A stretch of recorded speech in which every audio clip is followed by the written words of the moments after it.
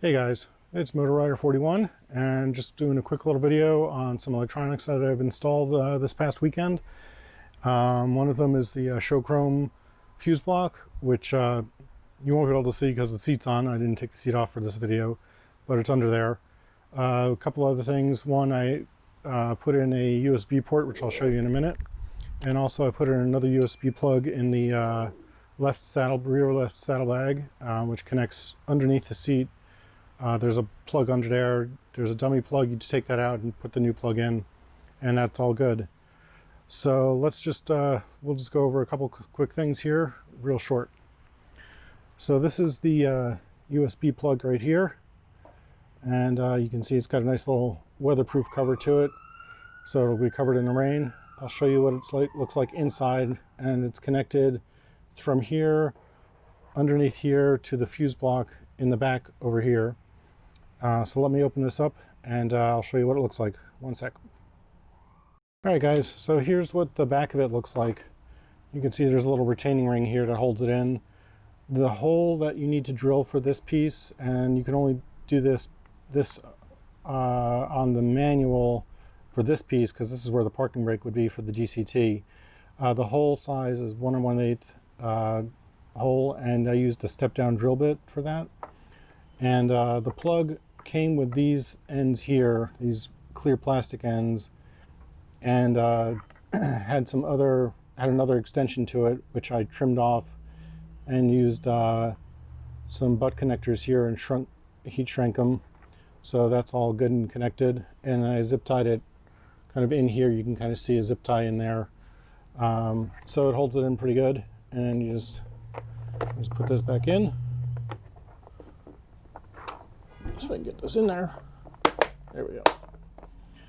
So, and this is keyed to the ignition part on the fuse block, which is under here. There's different ports for everything. So you can have ones for running lights, brake lights, and keyed ignition, and that's keyed to the ignition. So when you turn the bike on, the power goes on to that. When you turn it off, it turns it off. So you don't drain the power to the battery or anything like that. The other thing that I put in was back here is there's a little, I'll turn the light on for you so you can see it better.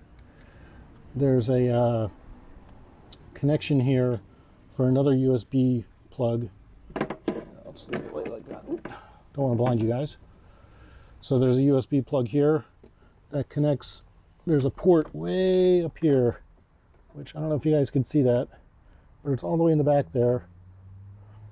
And I just routed this plug right here, comes up underneath the seat and runs to the back here. There's a little plug back here that you can plug it into. So that's pretty much what I've been working on. One other issue that I just came across that happened this week, which I'll show you in a second. Let's close this up. So one other issue that I came across this week is the hill start assist light has been flashing amber, and I'll see if it does it now because it's been doing it on and off for the past week since I've been riding. So right here, see how it's amber right now, and normally that should turn off after you go 5 miles an hour. I don't know if it's going to do it now. If I turn the bike on, if it's going to do it.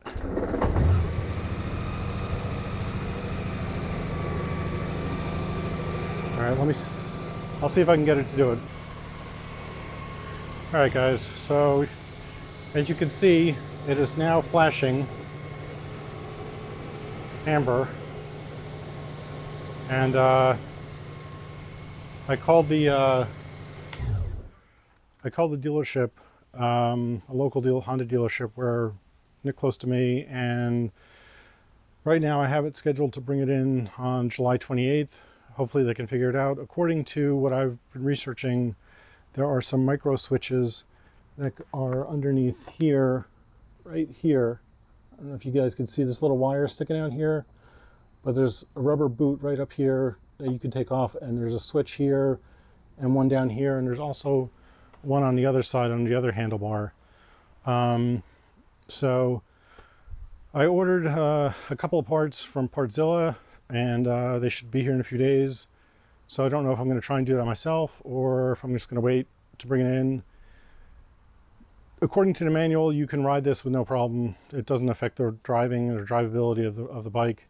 The only thing you got to be careful of, obviously, is with on a hill. But you know, I've been doing that for years, so I guess that's really not a big deal. But it's kind of annoying that it's flashing while it's riding. So, you know, I guess we'll have to wait and see what happens. I'll keep you guys updated when I bring it in, or if I try and replace the parts myself when they come in. I might do that first and then see what happens, and if it works, great. If it doesn't work, it really wasn't that much, not a big expense to get the parts. It was, I think it was like 40 bucks for 2 switches plus shipping, and they're really tiny. They're like this big. They're not that big. So we'll see what happens. Anyway, hope you guys had a great 4th of July, and I'll talk to you guys soon.